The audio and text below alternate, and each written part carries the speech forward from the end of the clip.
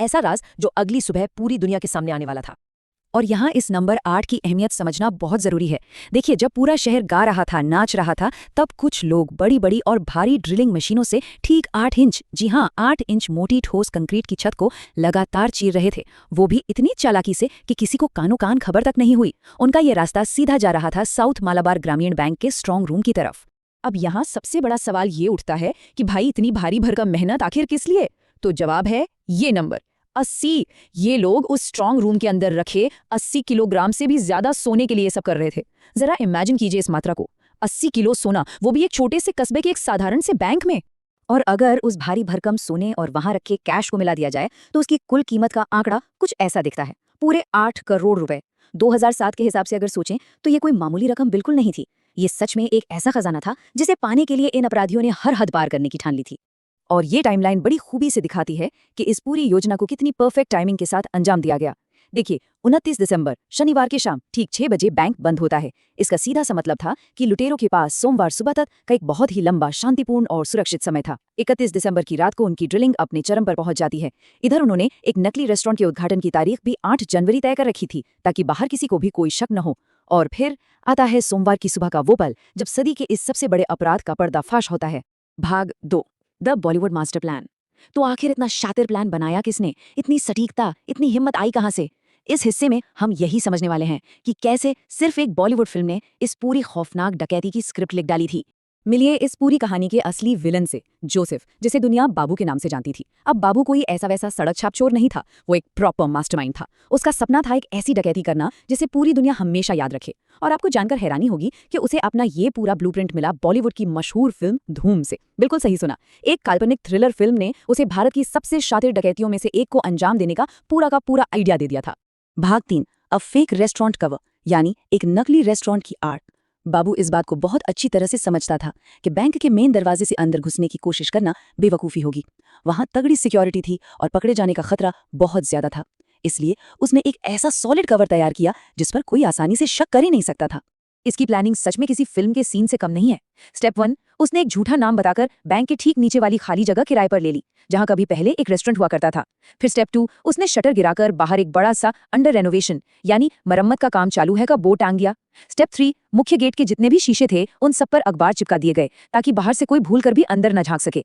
और अंत में स्टेप 4, अंदर आराम से बैठकर ऊपर की तरफ ड्रिलिंग शुरू कर दी। लोगों की आंखों में धूल झोंकने के लिए उसने नया फर्नीचर और कंस्ट्रक्शन का सामान भी मंगवा लिया था, ताकि सबको यही लगे कि 8 जनवरी को वहां सचमुच एक नया रेस्टोरेंट खुलने वाला है। इस डकैती की कामयाबी के पीछे उनकी वो बारीक छानबीन या रेकी थी जो उन्होंने महीनों तक की। बाबू के गैंग में उसके अलावा 3 और लोग थे। ये चारों आम ग्राहकों की तरह कई बार उस बैंक में गए। उन्होंने बैंक के अंदर की एक एक छोटी बड़ी चीज को बहुत करीब से ऑब्जर्व किया। उन्होंने बाकायदा ये नाप लिया कि स्ट्रांग रूम छत पर ठीक किस जगह पर मौजूद है। और बस इसी वजह से उन्हें पक्का पता था कि नीचे उस खाली जगह से उन्हें बिल्कुल किस सटीक पॉइंट पर अपनी ड्रिल मशीन चलानी है। भाग 4, एग्जीक्यूटिंग द अल्टीमेट डाइवर्शन, यानी ध्यान भटकाने की वो सबसे बड़ी चाल। कहानी में असली मोड़ तब आता है जब सोमवार की सुबह बैंक के दरवाजे खुलते हैं। बैंक के कर्मचारियों और पुलिस ने जब अंदर का नजारा देखा तो उनके पैरों तले से जमीन खिसकना बिल्कुल तय था। अंदर फर्श का एक बहुत बड़ा हिस्सा गायब था और सारे लॉकर बुरी तरह टूटे हुए पड़े थे। लेकिन इस डकैती को जो चीज सबसे ज्यादा खौफनाक और हैरान करने वाली बनाती है वो है उनके काम में सफाई। 0 फिंगरप्रिंट्स, 0 फुटप्रिंट्स। मौके पर अपराधियों का एक भी नामो निशान नहीं था। पुलिस के पास सुराग के नाम पर कुछ भी हाथ नहीं लगा, सिवाय एक टूटे हुए लॉकर और दीवार पर छोड़े गए एक बेहद ही चौंकाने वाले संदेश के।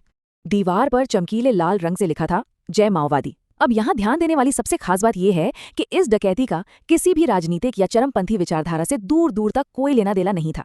ये संदेश सिर्फ और सिर्फ एक टैक्टिकल डिकॉय था, यानी पुलिस का ध्यान भटकाने के लिए फेंका गया एक जाल। बाबू अच्छे से जानता था कि अगर पुलिस इसे कोई माओवादी हमला मान लेगी तो उनकी पूरी इन्वेस्टिगेशन गलत दिशा में भटक जाएगी। ये उसके उस पेशेवर और शातिर दिमाग का एक और बहुत बड़ा सबूत था।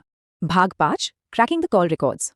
तो अब सबसे क्रूशियल पॉइंट ये है कि इतनी परफेक्ट चोरी, कोई सुराग नहीं, कोई उंगलियों के निशान नहीं, फिर आखिर ये अपराधी पकड़े कैसे गए?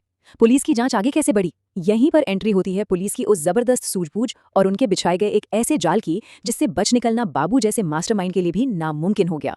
ये जो आंकड़ा है ना, ये सच में होश उड़ा देने वाला है। 25 लाख। जी हाँ, बिल्कुल सही सुना।